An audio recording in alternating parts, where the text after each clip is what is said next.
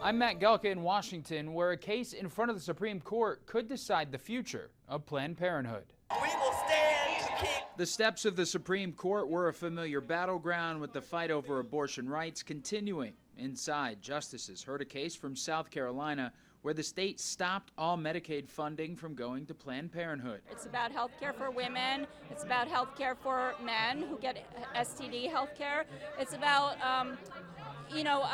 us taking care of our population. This case isn't about abortion or even politics at all. This is about the standard of care and the fact that Planned Parenthood, an abortion lobby, is trying to force unwilling taxpayers into funding their bottom line, which is abortion. Federal law already prevents money going towards abortion in most cases, but South Carolina disqualified Planned Parenthood as an approved Medicaid provider, meaning no funds were going to Planned Parenthood, even for the other services it provides, because they are an abortion provider.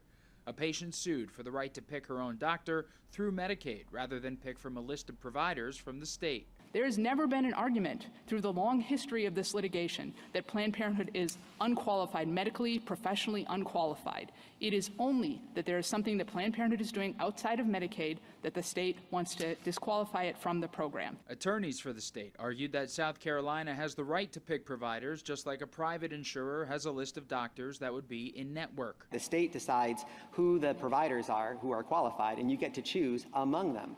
And they decided that Planned Parenthood was unqualified for many reasons, chiefly because they're the nation's largest abortion provider. A potential Supreme Court ruling in favor of South Carolina could pave the way for other states to potentially limit Planned Parenthood's funding. The justices mainly stuck to the Medicaid provision part of the case, but the potential abortion consequences are undeniable. Pro-life groups hope a ruling in their favor can end Planned Parenthood, while the reproductive health group supporters say it will further limit access to care. Reporting in Washington, I'm Matt Gelka.